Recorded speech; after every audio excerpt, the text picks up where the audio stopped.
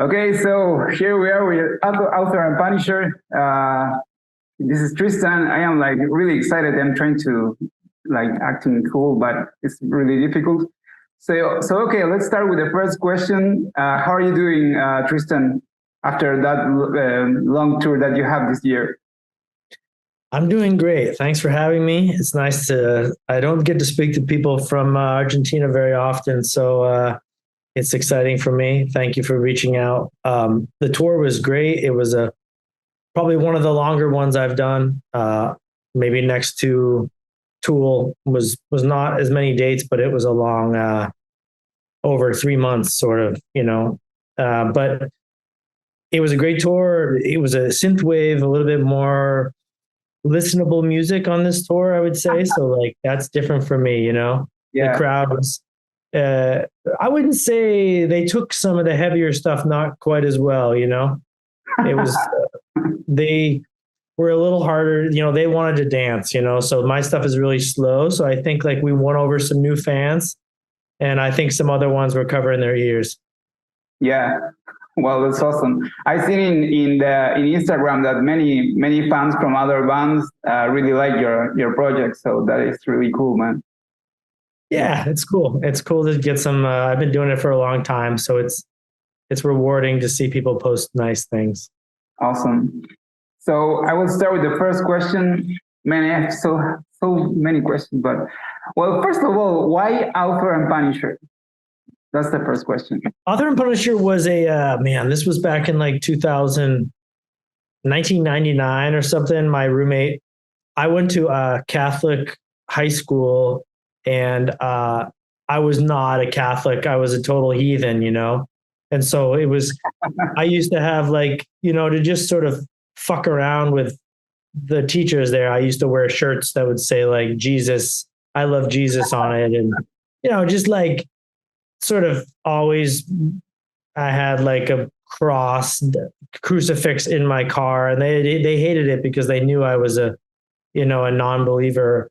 And so I don't know, I just thought it was funny. I was a high school student at the time. And so I had a t-shirt that had all these names for, that I bought at a thrift secondhand shop. And one of the names was Author and Finisher, which is like a name for God. And there was like Alpha and Omega, and there were all these other like sort of biblical names on it. And I thought it was a cool t-shirt. And I was going to name the band Author and Finisher. And my roommate was like, we decided Author and Punisher. I don't remember why, but it was like Punisher would be cooler, And so it was always a joke, And then Right. when I stopped playing with other people in about 2003, 2004, I went and started my own project.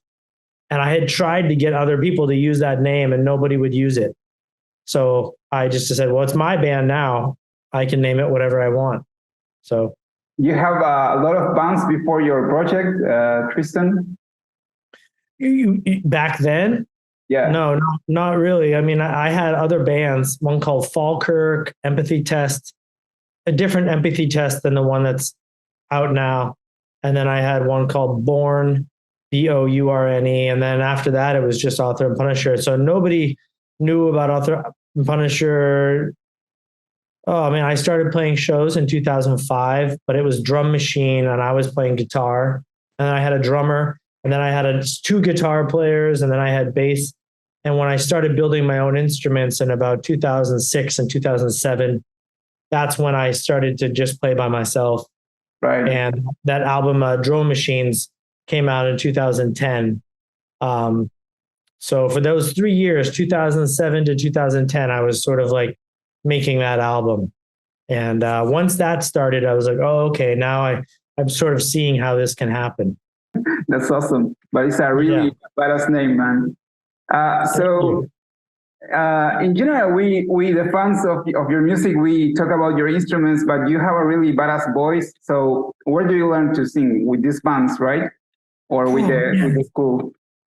Man, the singing thing was just like growing up with my family and singing like Beatles songs and Led Zeppelin and stuff like that, old folk songs. But to be honest, like singing has been a real struggle for me. Like that, it's always been easier to scream than to sing, you know?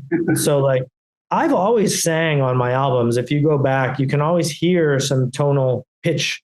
You know, I'll sing, but for some reason on this new album, people are commenting on it more like about singing. And I feel like I've always been singing, but I haven't been confident doing it live because my music is so heavy and loud and bass heavy that like when you've got all that bass in your head, it's really hard to like hear the pitch properly. You know, when you're on stage and you just like, it's just like, and you're trying to like sing very gently or something and pitch, and it is so hard. Right. And going on tour with Tool, like I spent a long time talking with their like monitor engineers and I sort of like throughout that tour got a lot more confident because I had these in-ear monitors and sort of adjusted my mix so that I could really hear it and sing it, you know, more accurately. So sorry, go ahead. Yeah. So basically through the pandemic, when I started writing Crawler, I had a lot more confidence about singing in pitch and not singing, you know, out of pitch or singing flat, which is usually the case when you can't hear your voice properly. And so I just was like, okay, I'm going to write songs that I can sing more on because I'm more confident doing it. And so far I record my stuff every night. It's much better. I still have problems sometimes. If the sound is really loud in the club, like, you know, sometimes you're on the stage and the subwoofers are right underneath it. Yeah. And you just cannot hear anything.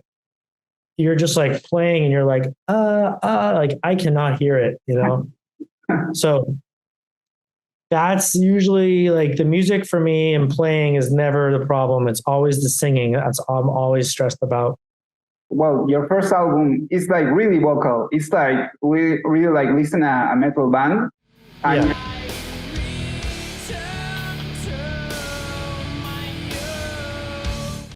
I think that you sing really well, and in your second album, it's like you like really get into the drone thing or doom thing, and just like saying fuck it. It's more like about the sound and the machines and.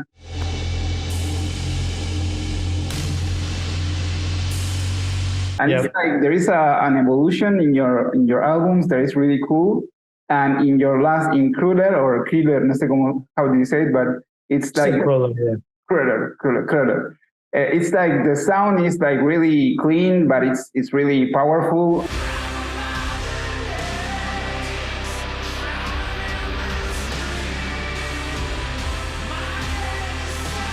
really amazing, man. The sound is different. There is nothing that you can compare that album. It's really unique. Thank you.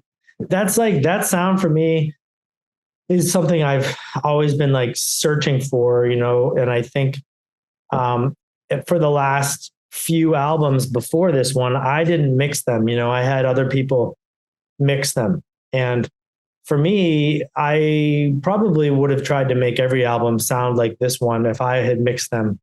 I just decided that I was like, you know, everybody tries to make me sound like what they think I should sound like. And so I said, you know, this album, I'm going to mix it myself completely. I'm not going to let somebody else decide what it should sound like. And it took me a long time. I think like if I had, because it was the pandemic, I had so much time. There was no rush. I had no idea when the album was going to come out. I just said, I'm going into the studio, and when I come out, it's done, you know? That's amazing. I didn't know that. And next time I'll do that. So anyway, yeah. I didn't know that you mix the album. That's amazing, man. Really amazing. Yeah. Well, I had help. My friend Jason Began, who's the other collaborator, he's also like my partner making these instruments now. Like he's one of there's like 3 of us. Well, now 4, and he played a huge part in it. You know, he and Phil Sgrasso from As I Lay Dying were my 2 partners writing the album. I mean, I wrote the songs, but then Phil wrote the guitar parts. I had no part in the guitar parts. Like I sent him all the tracks and he wrote some guitar. I mixed it and took some parts out. And then Jason took a lot of the synth parts that I wrote and sort of messed around with them and ran them through all sorts of different synthesizers. And so he wrote a lot of the electronics too. So like then I took all that information and mixed it all together myself. And but without those guys, I really think the album wouldn't have had the sort of atmospheric like depth and width to it that it had, you know. Those guys, those extra instruments in there really made it sound like a lot more. I'm very low end, you know? Yeah. And those guys brought the sort of organic elements. And so now it's like, now the next album, I got to have the synth stuff. I got to have guitars.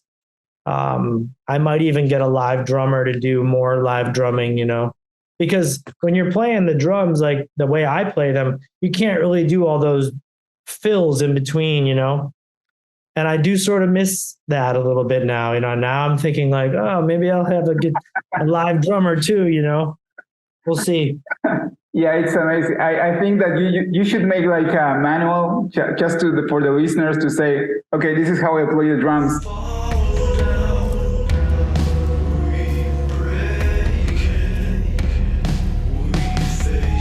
It's like, I don't know, it's like you're making like the kicks and also the hi-hats with the fingers. It's like, it's amazing, man. I just play the main stuff. I play the main riffs and the drums. And then a lot of that other synth stuff I'll sequence now. So there is a sequence running, but it's more like some of the higher synth stuff. And then there's some drum stuff like, you know, or like things that I just can't play that fast. Right.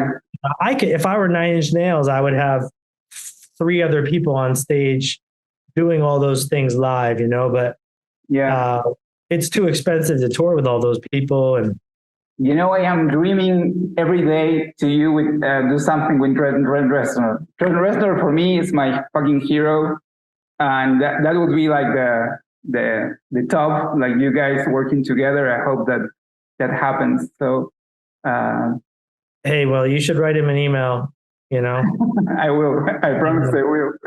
Well, Health has done some stuff with them, and I spoke to them on this last tour. They toured with them in like the late 2000s and did another track with them. So it was cool to hear them tell some stories about working with Trent Reznor and how much they enjoyed working with him and stuff. Yeah, their work with Trent Reznor, that song is amazing. It blows my mind. Every time I hear it, it blows my mind. So I will go with the next question, man. Yeah. I want to ask so many things. Do you feel you want to give a message with your music, or is just something that you feel and want to express? Well, yeah, I think there's definitely the message. Yeah, especially, you know, in the last couple of years. Yeah, there was definitely a message. I think everybody that was writing music wanted to say something about what we're going through, politically, related to climate, related to fascism and stuff like that. And so, yeah, there's always like a message, but I think for the most part, like it's a feel, you know, I want people to sort of feel the melancholy of like the music. Like, I feel like it's like it's a dark melancholy, but it also like it's heavy and it feels good, you know? So when you hear the music and you feel it, it's got like a pleasant feeling, you know? I think there's some heavy music that like makes people want to like destroy things, you know? Yeah, sure. Like punk rock makes people want to like mosh in a circle, and like metalcore, I think makes people, want to be a little bit more aggressive.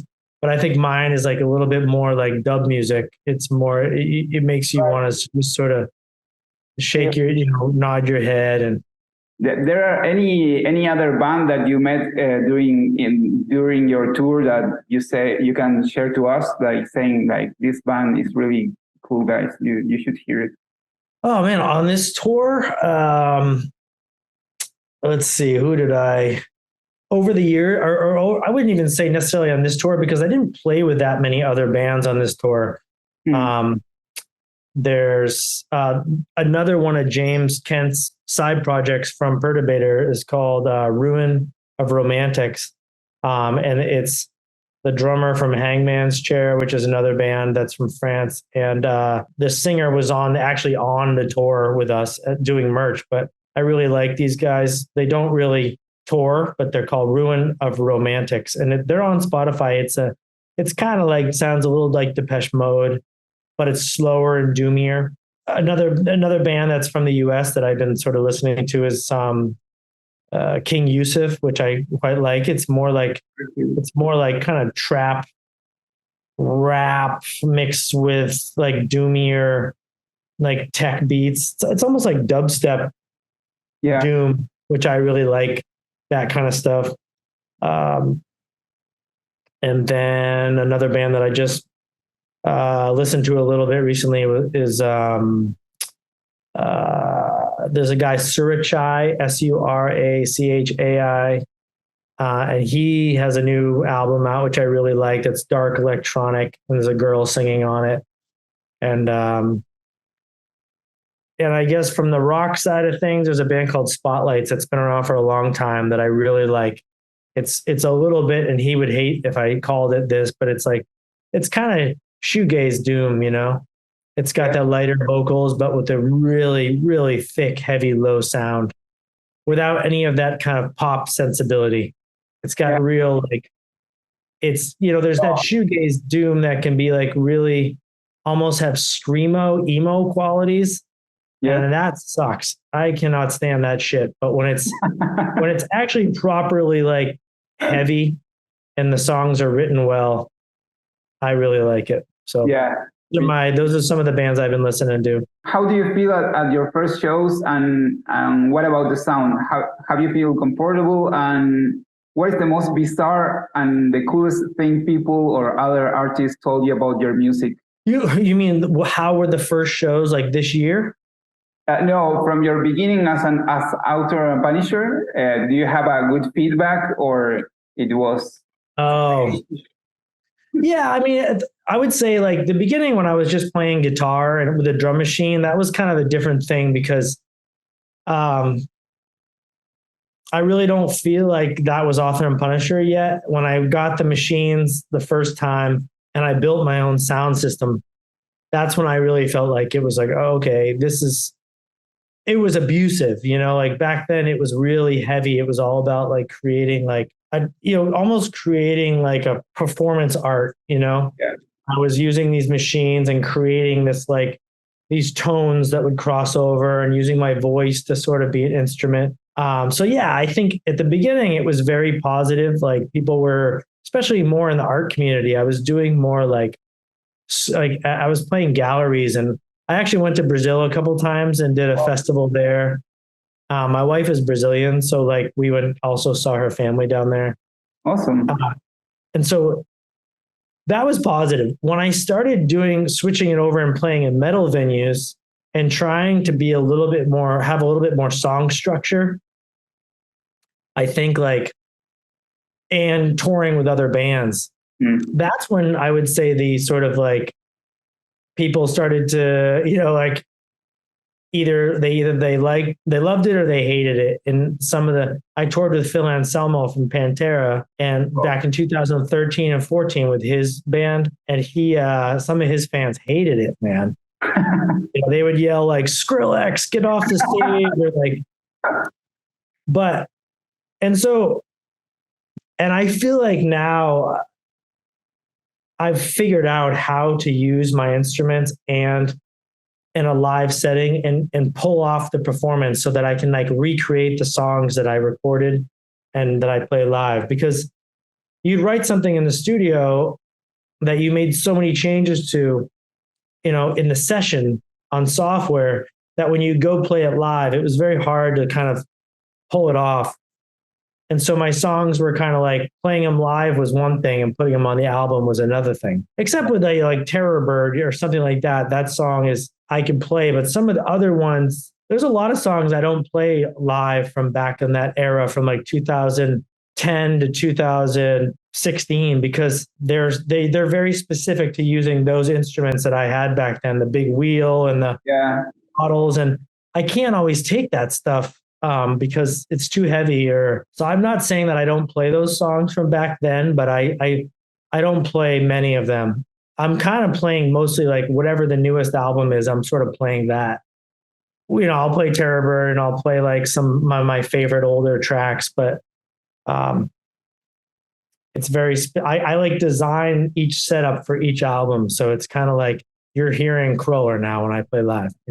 Yeah, amazing, man. It's like the machine and the instruments is what you need to get the gear to do the album. That is amazing. That's fucking unbelievable. So but like the metal people that want to hear like some people are like, hey, why didn't you play that other track? And I'm just sort of like, well, that was that older album. That was like an idea, and I will play some, but not that many. Okay, so this year you have been touring with the most amazing bands that I really like, from metal music to alternative music artists like Arca. Arca was sort of like, that came out very suddenly. I think a few weeks before. She had 3 shows in the United States and she wanted to just use my instruments. And so they just so happened they were in California and I'm in California. So that was it was easy for me because I could drive the gear up to Los Angeles and San Francisco. And I didn't really play with her that much. We did a full day of rehearsals together. Yeah. We rented a space and she came for 6 hours and we just kind of came up with a setup and some software that made sense with one of her techs and her and myself. And that was super fun. Really fun to watch her navigate like an Ableton Live session because she's really, really next level with like software and, electronic music. So I was sort of like, I have one way of working and she has a completely different way. And that was really cool. So, and then live, I was sort of just like on the side, kind of like helping with the gear a little bit. And I came up and jammed for like the last 5 minutes of the set, but that was pretty much it. Right. And then she used it in Arkansas. There was another art performance that we had the stuff shipped there when I wasn't there. But yeah, we went out to dinner. It was super cool to hang out. She's super smart and like really eccentric. Yeah. And hopefully we can do something in the future. There's been a little talk, but we'll have to, she's pretty busy with fashion and DJing. Yeah. So, I'm just sort of being patient. Can you tell me, how was touring with Health? It seems to be like they have a big sense of humor behind the scenes. With Health, those guys are hilarious and, cynical. And like they've been playing as a band, like the same lineup, except for they lost one member for like 20 years or something. They've been a band for a long time. So like John and Jacob and Beej, they all have like a really specific dynamic. And yeah, John is like, the first night we hung out, it was my birthday because they showed up late to the tour because they had some other family responsibilities. Yeah. And that night there was karaoke happening. And so he's like, come on, birthday boy. So we went to karaoke and he had all of these fans that were there, like that he'd met on his Discord group. Although the otakus, right? they had like names that were like Delta, Gamma, and like, and they were singing "Okay Barbie, Let's Go Party" like karaoke, and it was like, all right, I'm not going out to karaoke again with you, like, but super fun to hang out with and like really like there were a couple nights where in my set we got there really late because of customs and immigration, and those guys really fought to have me still play the shows, and I always got the sense that they were like kind of old school and that it wasn't like, they're not a big label band in that sense, like they want to keep things real at their shows and like interacting with fans. And I appreciated that about them. Cruller was to me one of the best albums of this year. And as I told you, the music and sound production, amazing. My favorite songs are Centurion, Maiden Star, and Glory Box. And I was wondering how you end up doing the Glory Box cover. I'm a big fan of Portishead, so I need to ask you that. That one I actually covered. I think if you search on YouTube, you might find me playing it in 2007 with a bass player. But it was a song that I had covered a long time ago, and then I never recorded it. And so I have a whole list of covers I'd like to do. And I just sort of thought that one in particular would probably be the best. I don't know, for Doom and like heavier electronic fans, it might resonate with them the best. Yeah. And also just the lyrics, the idea of like sort of like gender ambiguity and just like at this time. And I just thought it was the best, whatever, I think it's to have a metal guy singing those lyrics and sort of, what's the word I'm looking for? Like, I just want to be a woman. Yeah. Or just kind of, sympathizing with this sort of plights of women or whatever. For me, that was like a cool thing to have. And it's has such a heavy blues riff to it that it's so easy to play that's fun for me live. Cause it's just it was such a natural song for me to make heavy. You just had to shift the vocals a little bit on the pitch and that was it. Amazing, man. And the other question is, do you think Maiden Star is like a metal ballad? Well, that's my favorite one on the album. I mean, that's my favorite song I've done for a while, but I don't think, Spotify is so weird these days that like, some songs just get lost. If new to the band, they're just going to listen. I don't know how the song Speakers Systematically Blown got to be my most popular song ever because I never play it live. I never released it as a single, and I don't understand why people like that song. Like for me, my favorite song in the last album was Night Terror.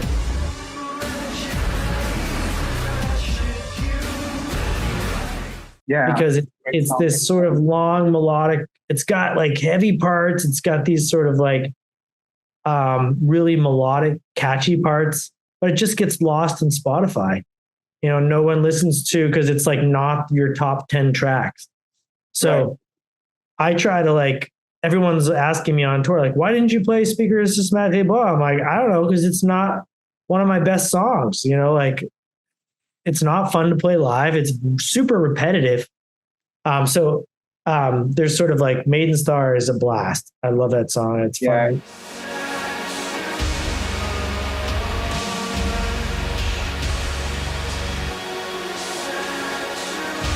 It's really cyberpunk or really futuristic for me. It's like you have a lot of layers that is like really futuristic. I love it. It's like maybe like I'm not sure, but like drum and bass. When you listen a drum and bass song, but without the beats, it's something. Yeah. Like it's something really cool.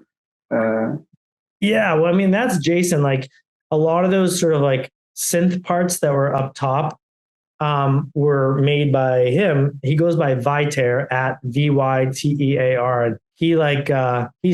He has a way of taking the synth parts and making them sound like just a little bit atonal and sort of like give you that like sense of unease. And I really like how he does that. Yeah. Yeah, amazing. Yeah, that album is amazing. Well, that's the question. Okay, so do you have let's say a life philosophy? Well, I told you this, asked you this before, but what makes you happy nowadays, and what do you hate in general, or in music, or whatever you feel that you want to say? I mean, I love going on tour. I love playing music live. I really enjoy that. I also really enjoy like the outdoors now and hiking and surfing. And I'm renovating one of my vans right now to be a sort of mobile camper van situation, so I can go and spend more time just on the weekends out in national parks and things like that. But yeah, musically, there's not much that I hate. I guess everything has become. It's a little bit annoying that everything is all about singles now. I wish the albums were more important to people. And the idea of crafting like an album. It bothers me that like I have to keep up on social media to sort of stay relevant. That's kind of a pain in the ass. There's certain bands that I really like that don't keep up on their social media and still stay very relevant, and I'm very jealous of them, you know? Yeah, it's a lot of work, man. Like bands like Yob, they're like one of my favorite bands, and they don't do much on social media. They don't have to, they don't tour that much. And when they do, they always have crowded rooms. And I think they're just at that point where their crowd likes them, and they're always gonna go support their band. And I love that. Okay, man, you're fucking awesome, and thank you. This was one of my greatest days, and man, your music is amazing. So keep doing what you're doing, and you're freaking awesome, man. Thank you. Cool. All right. Cheers, dude. See ya. Goodbye. Later.